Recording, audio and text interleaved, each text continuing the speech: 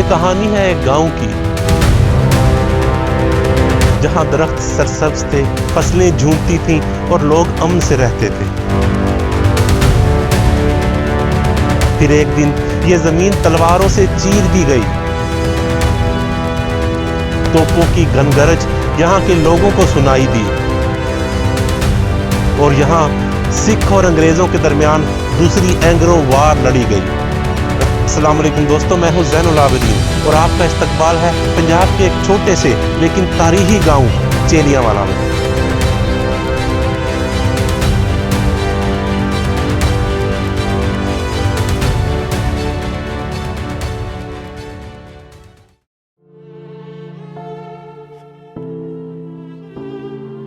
یہ کہانی ہے ایک گاؤں کی جہاں کھیت لہکتے تھے، درخت سرسبز تھے اور لوگ امن سے جیتے تھے۔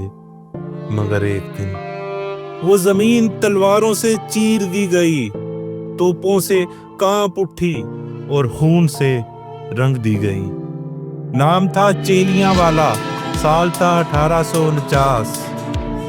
یہ کہانی ہے پنجاب کے ایک چھوٹے سے گاؤں کی جو اس وقت دنیا کے دو سب سے طاقتور لشکروں کے درمیان میدان جنگ بن گیا۔ انگریزوں نے جب ہندوستان پر قبضہ شروع کیا تو ایک علاقہ ان کی نیندیں اڑا دیتا تھا اور وہ تھا پنجاب۔ کیونکہ یہاں کے لوگ لڑاکا تھے، تلوار ان کے خون میں اور غیرت ان کی نسل میں تھی۔ پہلی اینگلو سکھ وار ہارنے کے بعد بھی سکھوں کے دل میں ایک چنگاری باقی تھی اور یہ چنگاری شعلہ بنی چیلیاں والا میں۔ دوسری اینگلو وار جو جہاں ضلع منڈی بہاولدین میں چیلیاں والا کے مقام پر لڑی گئی تھی اور اس کی یادگاروں کے قریب ہم اس وقت موجود ہیں۔ اصل میں یہ وہ مقام ہے جس کے قریب یہ جنگ لڑی گئی تھی اور اس کے بعد جو اس جنگ کے دوران سپاہی کام آ گئے تھے ان کو یہیں پہ دفن کر دیا گیا تھا۔ اس طرف سکھوں کی یادگار ہے اور اس قبرستان کی دوسری طرف جو ہے وہ انگریزوں کی یادگار بنی ہوئی ہے اور اس وقت کے سپاہیوں کی قبروں کے نشانات بھی یہاں پہ موجود ہیں۔ اصل میں انگریز سرکار کو توقع نہیں تھی کہ یہاں پہ اس قدر مزاحمت ہوگی، لیکن سکھوں نے اس بہادری اور جانفشانی کے ساتھ یہ جنگ لڑی کہ انگریز سرکار کے لیے یہ شرمندگی کا باعث بن گیا۔ کہتے ہیں اس دن دھند تھی، نہ آسمان صاف نہ دلوں کے ارادے صاف۔ جنرل گوگ انگریز لشکر کو لے کر بڑھا، سامنے تھا شیر سنگھ اٹاری والا، سکھوں کا بہادر سپہ سالار۔ لیکن سکھوں نے جنگ کو فن بنا دیا تھا۔ جو ہی انگریزوں نے قدم بڑھایا، بادل نہیں توپیں برسنے لگی، دھرتی کانپی، سپاہی چیخے، توپوں کی گرج نے درختوں کو بھی ہلا دیا۔ برطانوی فوج کو ایسی شکست کا سامنا کرنا پڑا کہ ان کے جھنڈے تک سکھوں نے چھین لیے۔ اور سب سے بڑی بات، برٹش جنرل گوگ کا گھوڑا بھی مارا گیا، وہ علامتی شکست جسے کوئی جنرل برداشت نہیں کر سکتا۔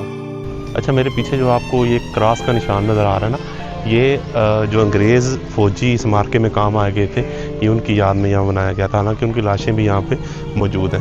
یہاں پہ میرے ساتھ یہاں اس گاؤں کے پیارے پیارے بچے بھی ہیں، ذوالقرنین بھائی ہیں، اور ان کو بھی یہاں کی ہسٹری کے بارے میں بہت ساری چیزوں کا ہم سے بہتر پتہ ہے۔ تو یہ جو ہمارے پیچھے جو تحریر لکھی ہوئی ہے، یہ میں آپ کے ساتھ ایک دفعہ شیئر کر دیتا ہوں کہ یہاں پر لکھا ہوا ہے "A cruise salute to record the names of the brave officers who fell in the great battle fought on the adjoining plain."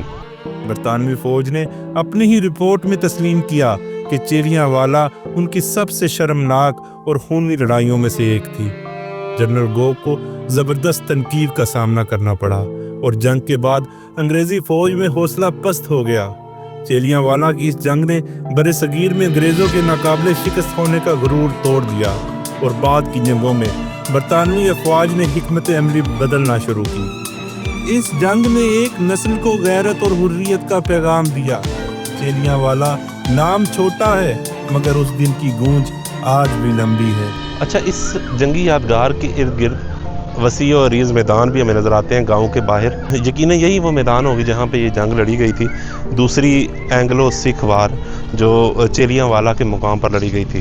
نہ وہ توپیں باقی رہیں نہ وہ تلواریں، لیکن جو باقی ہے وہ ہے ایک سرگوشی